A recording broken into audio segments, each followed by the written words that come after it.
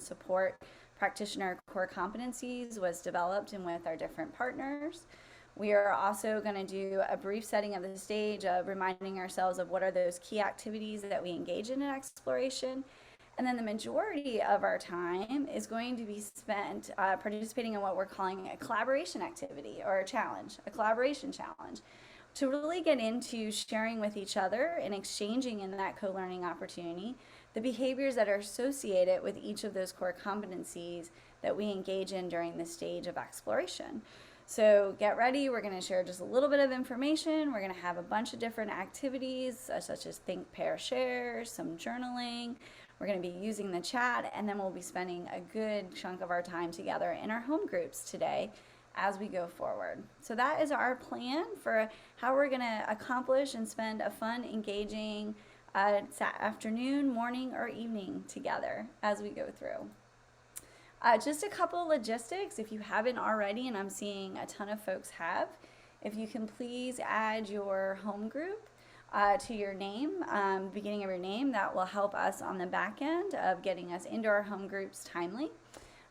We ask that when we're in our breakout rooms that you please leave your video on as much as possible and as you're able to with your internet bandwidth. We also recognize that we may have loved ones, partners, little ones around us or colleagues, and they may need your attention. So first and foremost, always please take care of yourself. We're going to ask that we stay on Zoom unless we're speaking to minimize feedback. When you're in your breakout groups, assign roles as needed. You're going to have some time to introduce and meet each other. And then we always encourage the use of the features in Zoom, such as in reactions or using the chat box as we already have going here with comments and questions as we go forward. So that's a quick review of logistics. I think with the current times, we're all pretty familiar with managing being in Zoom these days. All right, so I'm going to briefly set the stage with the what, the why, and the how of we've developed the implementation support practitioner core competencies. All right, why? Why did we feel the need to do this? We have many different titles and names in the work we do as implementation practitioners. Some of us refer to ourselves as implementation specialists, some refer to ourselves as improvement advisors, technical assistance specialists, coaches, consultants, mentors, facilitators. There's a wide number of names out there for that role and the functions that we play of supporting folks to engage in the best practice of implementation so that we're ultimately creating those equitable outcomes that we're trying to achieve. So when we step back and we think about that, we're seeing this increasing need for having a capable and skilled workforce to have the skills to be able to translate from implementation research, what are those best practices, effective methods, strategies, tools, and to put them into practice. So with that workforce in mind, we're seeing a growth in the training programs that are available out there, but in order to have high quality training programs and standards, we need to have a set of principles and core competencies that we're training to and that we should be seeing in that capable workforce. NERN ourselves was experiencing this as we were engaging in hiring and training and coaching our own staff and in evaluating our own activities as implementation support practitioners. We found this need to step back and really identify and operationalize what are those principles and those core competencies that are needed to engage in the work that we do. So that was the why, what was the driving need in engaging in this work of identifying those principles and core competencies. Just a few. I'm sure there are other whys that you can think of, and feel free to drop those in the chat as well as we go through. So how did we engage in this process? We engage in several different methods that we use iteratively over time that resulted in many, many versions and has us to the current version that is linked in your agenda, and that will link into the chat here for you. Several of those methods included an initial document review, an initial review of the literature, and then we did a number of vetting activities of interviews and meetings with those that are actually engaged in the practice of providing implementation support and getting feedback on those principles and the competencies that we developed. We did this in collaboration with the Center for Effective Services and with colleagues from the European Implementation Collaborative, and it was led by our former director, Allison Metz, and key colleagues. From there, we also did a content validation survey with organizations that provide that implementation support, and that was internationally. We had folks almost from every continent participate except for Africa. We missed Africa, so if we could go back and do that, we would gain that if we could. We also, under the leadership of Bianca Albers and colleagues, there was an integrative systematic review that was also completed and published. So with the results of that content validity survey to get a broader audience of feedback and input into the principles and the competencies, a review of the literature, and a review of existing documents, we arrived at our current set of implementation principles and competencies. Let's take a look at those. We identified 6 guiding principles, and you'll see those in the center of the circle of being empathetic, being curious, being committed, advancing equity, embracing cross-disciplinary approaches in our work of implementation, and really using critical thinking. So those principles guide us in our work every day as implementation support practitioners. And then we arrived at a number of 4 to 6 competencies that we grouped into 3 domains. The domains of co-creation and engagement, with the competencies of how do we facilitate co-learning, engaging and brokering, how do we address the power differentials that we often experience in our systemic change work, co-designing, and how are we tailoring the support that we're providing to others. In the domain of ongoing improvement, we identified skills such as assessing needs and assets, really being able to understand the context and map the context in which implementation is happening within, having that ability to apply and integrate many different implementation strategies, frameworks, and approaches that are available for us from the implementation science research, being able to facilitate and be an effective communicator, and use data for that continuous improvement and conduct a plan, do, study, act cycle.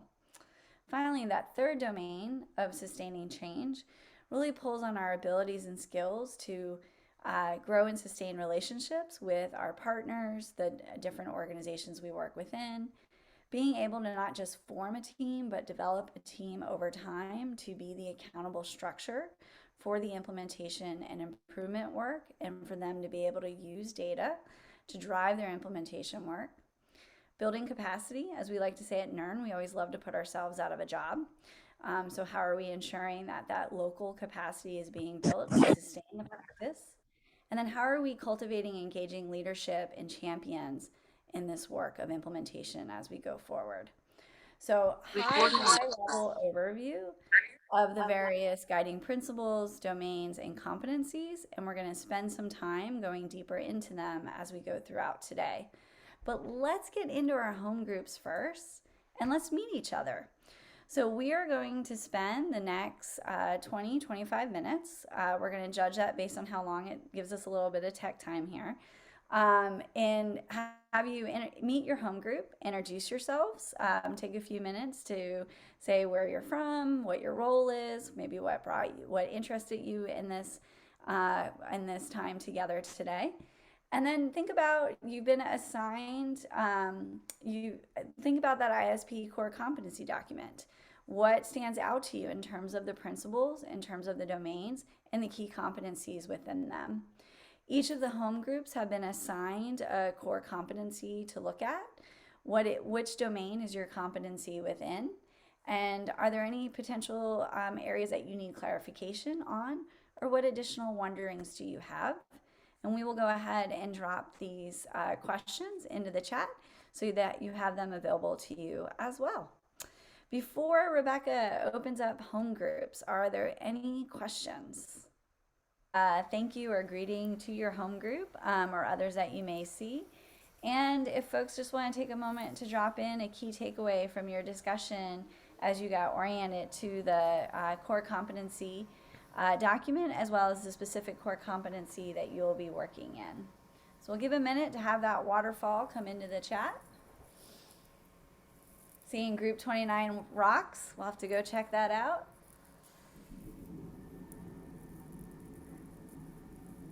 And just as a friendly reminder, your agenda has hyperlinks to all of the different Google Docs and resources that you will need for today. So I'm loving these love messages, these little love notes, as I called them last week, in the chat. So thank you for those great, looks like you all had great introductions and warm up of discussion. I And found my you found people. your people. That's a great Yay! success. We're All done. right. Okay, Miss Sophia, I am going to turn it over to you to take us away with that brief overview into the stages and get into our exploration work. Sounds great. We're going to start with centering around how we here at the National Implementation Research Network frame the stages of implementation. And we're going to really focus, as you could tell from the advertising and the website, really focus today on exploration while giving a brief nod to the other stages that we'll be working with over the course of the series. So we like to frame implementation using the active implementation formula. We write it this way simply as a metaphor, right? As a way to attach to a particular schema for understanding how we conceive or appreciate the work of implementation and how it fits together. So we always start with the end in mind, if you will, and really focus on what are our socially significant outcomes? What are those outcomes that are desired or hoped for, the wishes and dreams of the communities that we work in? And so to do that, working from there, working from that desired state or those wishes or hopes that we're trying to get to, working from there, we always tell our groups, right, our coachees, that there are 3 critical factors. That those factors are around having an effective practice. What is the thing or the it that we want to implement? What is the implementation going to look like and sound like, right? So what is that implementation? What are those activities that we need to drive that practice into the hands and into the lives of those that can benefit from that practice? And then finally, what is our context? Context matters, right? So what is our context for which in which, I should say, this implementation is taking place so that our intended beneficiaries can receive in the best possible way the practices we're hoping to get in place, right? So we put this as a metaphor in front of you to remind us that any of these factors alone are insufficient. In other words, if I look at this as a multiplication equation, if any one of those factors were 0, my end result would be 0, right? So it's just a way for us to think, A, all of the factors need to be present, and B, just like multiplication, this process is iterative, right? We don't always end at a finite answer. We keep going. We multiply over and over again, right? Until we get the results that we want at the scale that we want. So each of those factors for us is defined by 5 what we call active implementation frameworks. So that we can come to a common understanding in our work together, we just wanted to define really quickly for you what those frameworks were.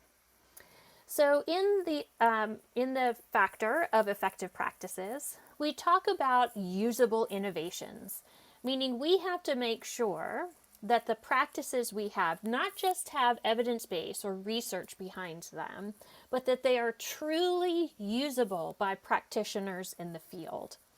And for them to be truly usable by practitioners in the field, we need to understand the undergirding beliefs or philosophies underneath them.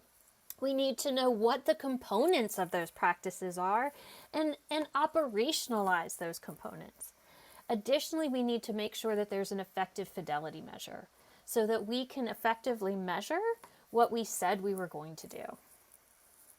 Effective implementation we define by 2 sets of frameworks, stages and drivers.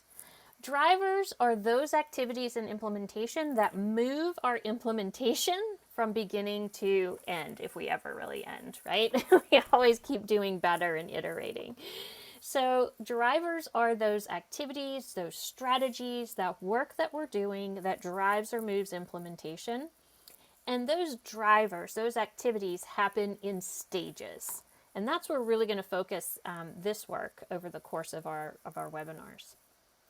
Context for us is defined through the frameworks of teams and how we leverage not a sole hero model, but leadership teams or teams of critical perspectives that really help us to get the practices in place. We also make sure that we have a context that is ready, willing, and able to accept the practices and engage in that implementation work by working through continuous improvement cycles. Okay, so next slide, Caryn. So like we said, we just wanted to give you that brief overview so that you can, knowing that many of you are coming from a variety of different perspectives, either internationally, some that have worked with us, some that have engaged in their own implementation work and research, some that really are embedded in some of the other implementation research frameworks that are out there in the field. But we wanted to give you that brief understanding that this was our perspective, our narrative, if you will, so that we can all work from a common definition or a common understanding.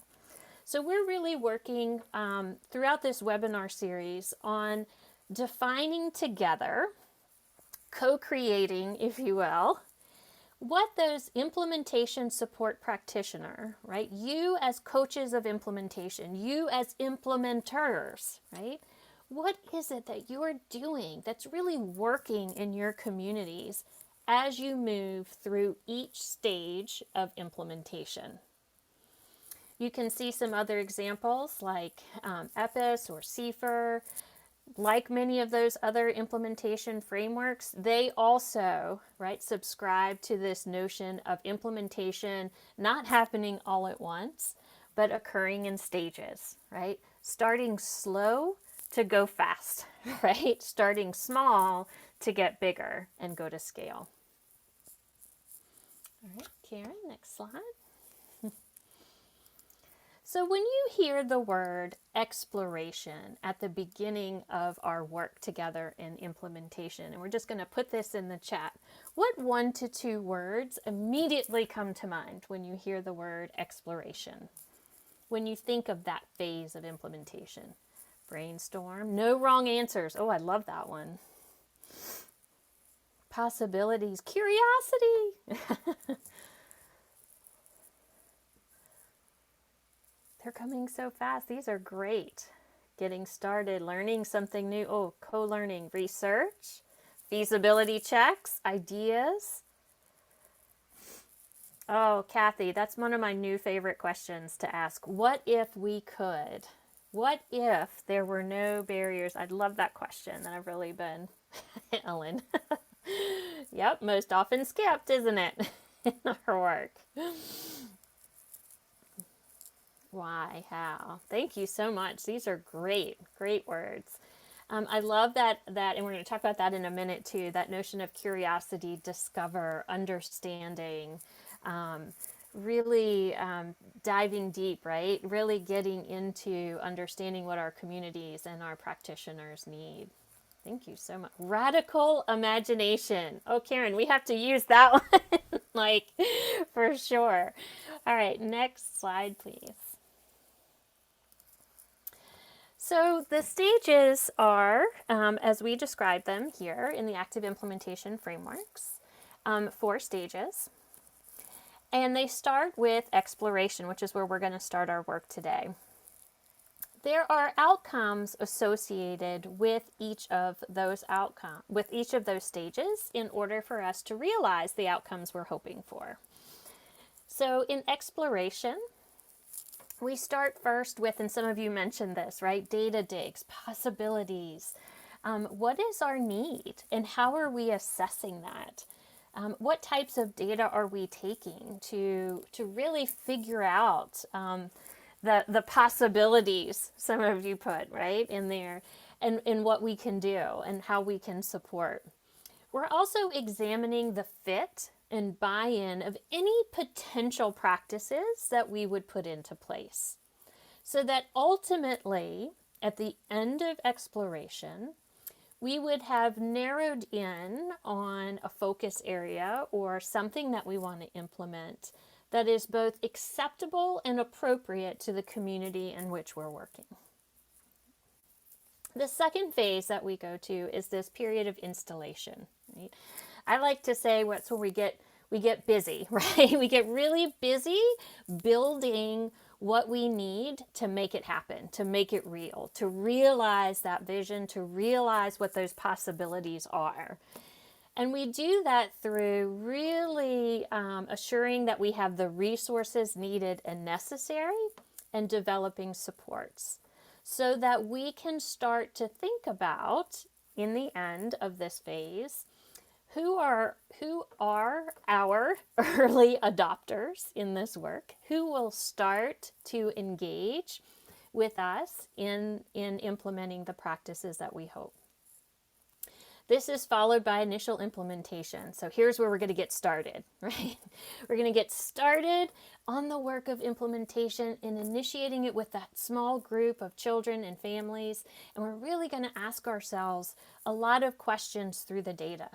Is this work feasible? And if not, what can we do? Are we reaching who we want and as many as we want at this time?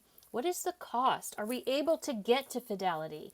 And if not, how are we using that data to continuously improve our work? And then finally, we reach full implementation.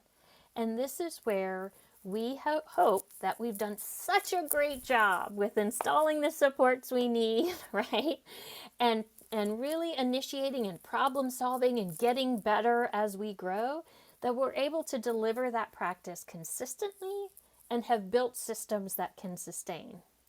But if not, it's okay, because as you can see in the background, we go back and forth in between the phases, because sometimes we realize we do need to go back and re-examine an activity or re-examine a piece of implementation so that we can make sure we're delivering consistently and building those systems of sustainability. All right, so to that end, Caryn? We want you to take a moment to think. Just pause and breathe, and then we're going to go back into your home groups. In your experience, whether you're a follower of the active implementation frameworks or another implementation framework, in your experience, which stage is most frequently slighted? And then what are the benefits, do you think, of taking a stage-based approach in our implementation work? How does this help us? Okay, so we're going to have a bit of time back in our home groups so that we can discuss those two questions. And when we come back, we'll ask you to, not everyone, but hopefully have a few share outs.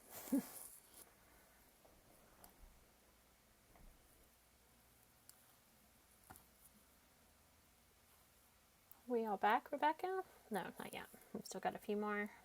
Yep.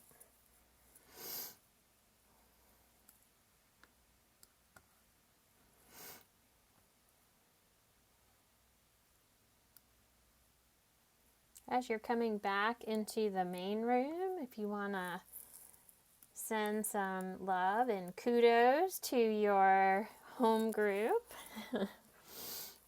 some appreciation to your group for the amazing conversations. If you would like to place those in the chat. And then if there's anyone that would like to come off of the group, off of mute to say something wonderful that they learned from their group.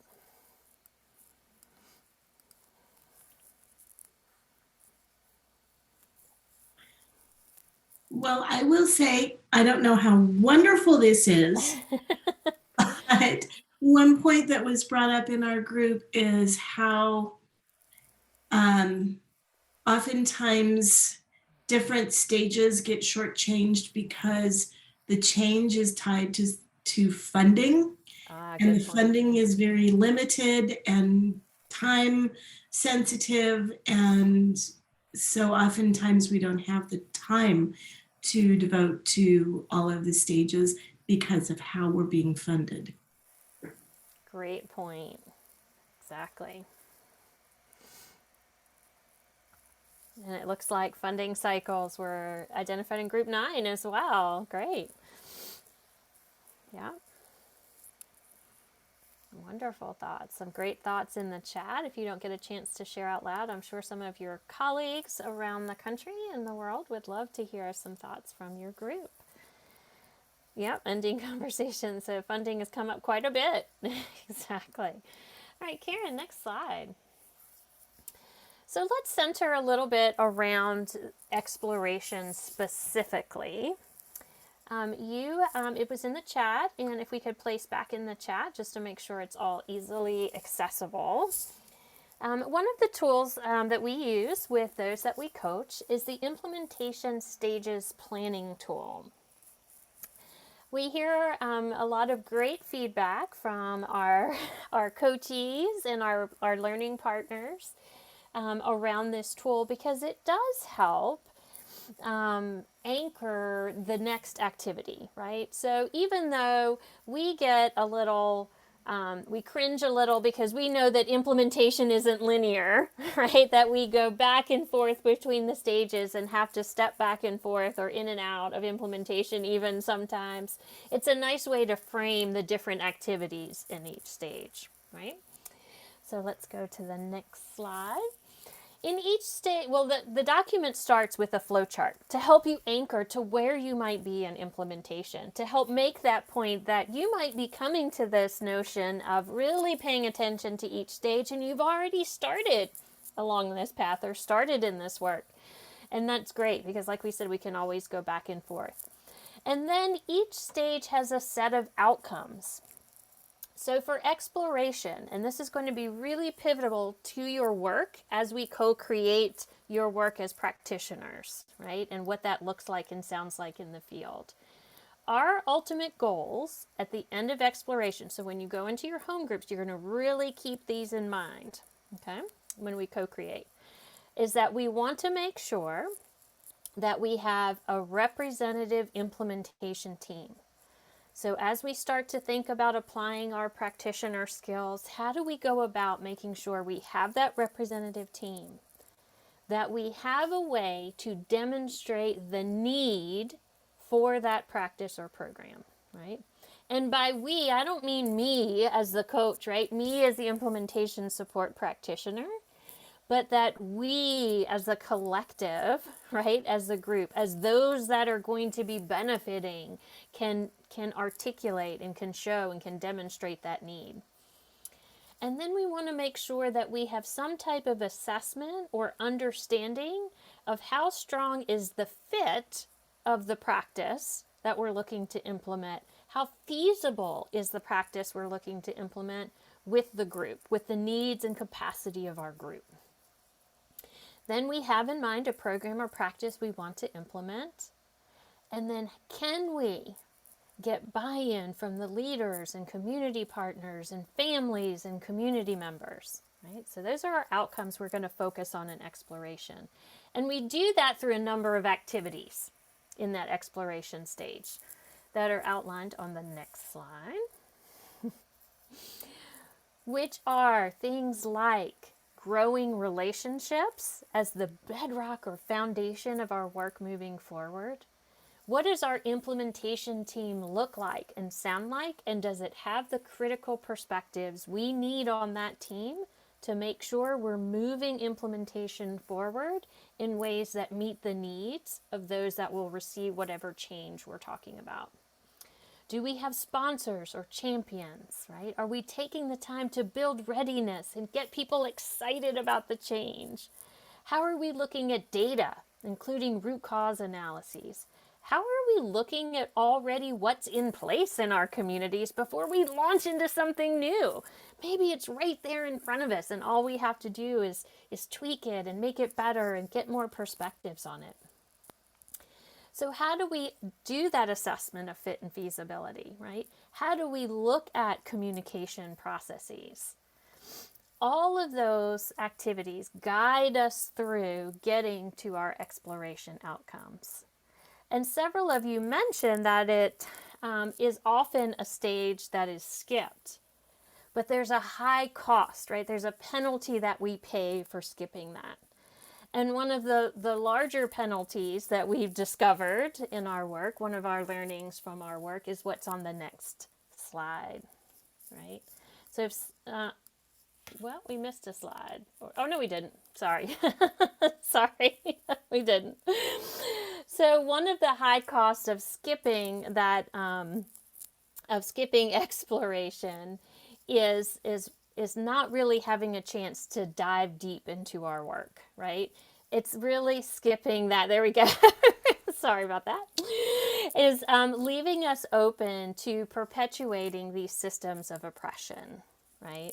Really leaving us open to not taking the time to really see the system that we're working on, to hear directly from those who are most impacted by our work, right?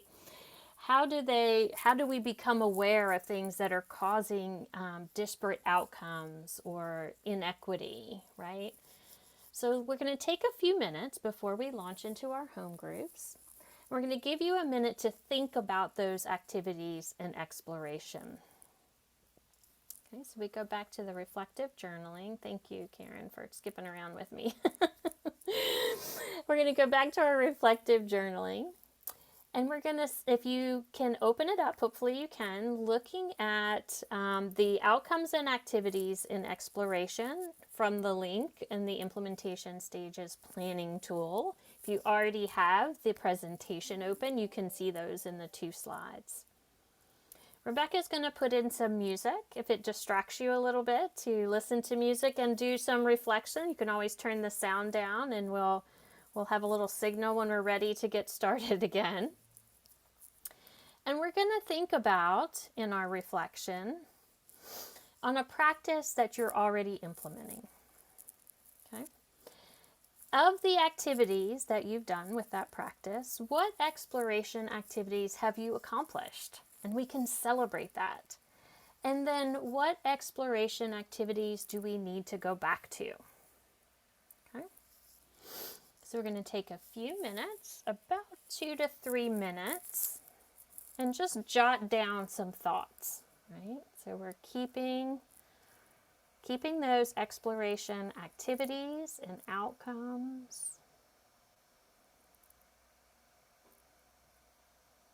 Caryn's putting the slides in the chat. Thank you.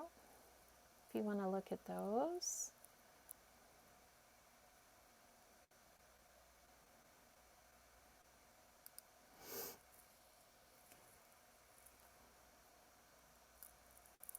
We're going to have just 2 to 3 minutes where you can jot down a few thoughts, reflect.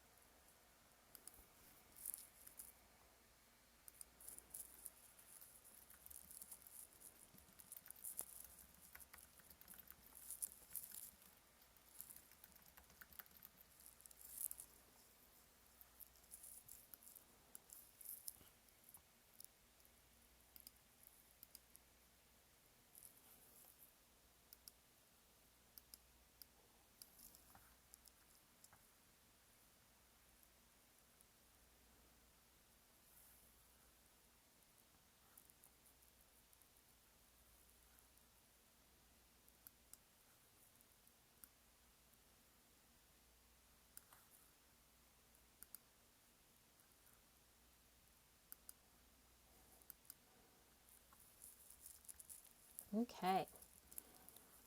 So we're going to go into home groups, and Rebekah, do you want to explain how that works with it? They've jotted down a few ideas. Sure. If you want to go ahead, go to the next slide. So what we really wanted to do today was give you an opportunity with the group that you've been networking with, an opportunity to really think about the core competencies that your group was assigned. And what exactly does that look like during exploration for you? What we're looking for is some real solid examples from the field, from you as a group. So if you could go to the next slide. So we're going to do something called a collaborative challenge with our remaining time together and with your team. And this is where the meat and potatoes of today's session come into play. So what we're asking is how do you achieve the outcomes of exploration utilizing your group's assigned competency? And we're going to do this in a way where we're going to ask that you have a facilitator and a recorder, that you answer your questions that are going to be in the challenge document that I'm about ready to share, and that you just answer the 2 questions. So right now in the chat, I am dropping the challenge document for you to take a peek at, and you're going to click on your homeroom. So Caryn, I'm going to have you stop sharing, and I'm going to go ahead and share my screen to go over what exactly we want everybody to do. So here is this amazing document, and your home group has been assigned a competency. When you click on the document and take you there, there will be a document with 2 questions on it and your core competency. What we're asking is that you just take a minute and with your group, read through kind of that core competency description with those activities. But what we're getting at is we really want you to have some solid foundational conversations around the 2 questions that are on your assigned document. This is where you're going to share with us your field experience around these core competencies during the stage of exploration. So when you get into your breakout rooms, make sure at least one person in your room can access this document and that you can fill it in for us. And you'll have the majority of the time left. We're going to give you a good solid 25 minutes to have this conversation. Everyone is back. So we're going to go ahead and finish out. Thank your group, share some of your key takeaways, something that you've learned. And we're going to talk about next steps. So next steps for the series that we're putting together is first, we're going to review all of your points in your documents that you just provided us. Hopefully the conversation was rich and you had a great time collaborating with peers across the nation and internationally on this work. We're going to analyze your feedback. I'm about ready to send in to the chat our feedback survey. We really take that feedback to heart. We need that information to kind of design and improve upon the next session in our series. We will share the key takeaways from both your talking points in your collaborative conversation today, as well as the feedback on the survey. We're going to share that with the group on May 17th, which is our next session. We're going to take a look at that, share some aggregated information with you, and then we're going to conduct additional sessions, 2, 3, and 4 on the various stages of implementation. They will be different. We're hoping to keep you with your home group, but we are going to be shaking each one up, and there will always be a collaborative challenge as part of the series and of each session. So hopefully you appreciated that time today. Based on all of the work that's being done between these 4 sessions, we are going to then create and develop a companion guide around the core competencies in the stages of exploration based on your insights that you were willing to share with us today. After that, we will be inviting participants of the series. You'll get an email asking if you would be interested in doing some usability testing, providing feedback, things of that nature around that document before we publish it. So, and before we share it out to the general audiences. So that's kind of what our next steps look like. So in the chat, I'm going to put the feedback survey. If you would just take a couple seconds of your time before you hang up this call to give us that feedback, because it's really, really important. It's going to drive our improvement efforts to the next session. If you haven't already, register for the May session. I'm going to be doing a follow-up email. After today, there was some folks who couldn't get in. I know there were some technical challenges on the back end. So we're going to go ahead and fix those and make sure everybody is ready to go for the next one, which is May 17th. And then we're going to continue down that path of stages. So you're going to want to review the installation stage in the planning tool that we shared with you in the pre-work. And then continue to take a look at those ISP core competencies. If you're looking for additional resources, and I see a bunch of people asking for resources, we will be throwing them in the chat. There'll be a link to the Active Implementation Hub, as well as the Implementation Support Practitioner information in a follow-up email, as well as the event landing page where you can register for May 7th if you haven't already. Real quick too, if you don't follow us yet, we are both on Facebook and Twitter. Feel free to go ahead and follow our profiles, visit our webpage. And if you enjoyed today, you'll see the hashtag InPractice22. That's the series hashtag. So feel free to make comments on Twitter for us. At the end of the presentation, you'll see all of our resources that we compiled for today. And we just want to say thank you so much for joining us, and we appreciate your patience with any technical difficulty you had. There will be a recording sent out as part of the follow-up. So the session was recorded. It'll also be located on the landing page for the event. And with that, I hope everybody had a fantastic time. Becca, can you drop that evaluation link in one more time in the chat? I tried doing, and I had the hexagon on my clipboard. There you go. Thank you. You are welcome. And it was so great to see everyone. We appreciate you taking time out of your very busy schedule to join us in this co-learning event. We hope that you will consider joining us for the remaining ones and spreading the word to have others. And please, please, please do complete that evaluation form. As the team knows, we consider all feedback a gift, even though sometimes we're not ready to receive it, as the great Caryn Blase taught us. So we appreciate you taking that time to fill out that feedback form.